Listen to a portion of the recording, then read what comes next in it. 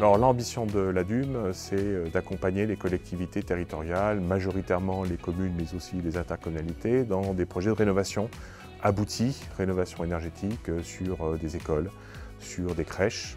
Et l'idée, c'est vraiment de travailler le plus en amont possible pour faire en sorte que le projet soit bien mûri dans la tête des élus, qu'on identifie un certain nombre d'avancées, et ce notamment en lien avec les enjeux de la rénovation énergétique. Alors le CAUE est présent sur tous les territoires du département, on a plutôt une bonne connaissance de tous les projets bâtimentaires qui se font et on travaille énormément avec l'ADUM.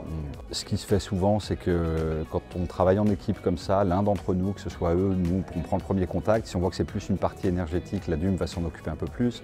Si c'est plus du côté de l'usage ou du bâtimentaire pur, on va y aller et on essaye de se répartir une charge de travail comme ça. Alors quand on travaille sur la rénovation énergétique des écoles, on peut avoir des équipements qui sont très performants d'un point de vue énergétique, confortables d'un point de vue thermique aussi bien en hiver qu'en été.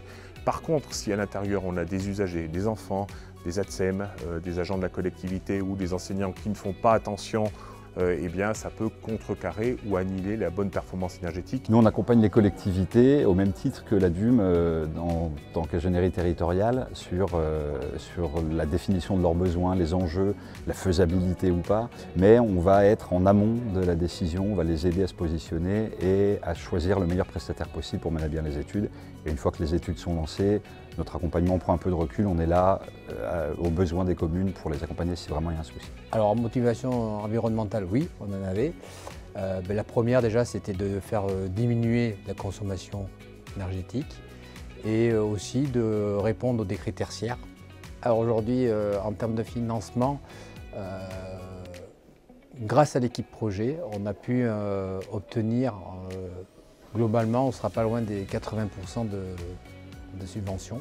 Donc même si le projet n'est pas mature, c'est même encore mieux quand il n'est pas mature, qu'ils n'hésitent pas à prendre les devants, même s'ils ont une petite brique d'idées dès le début, ils n'hésitent pas à prendre contact avec soit l'ADUM, nous ou les autres partenaires. Encore une fois, on fait le lien entre nous tous pour les accompagner tout au long de leur projet.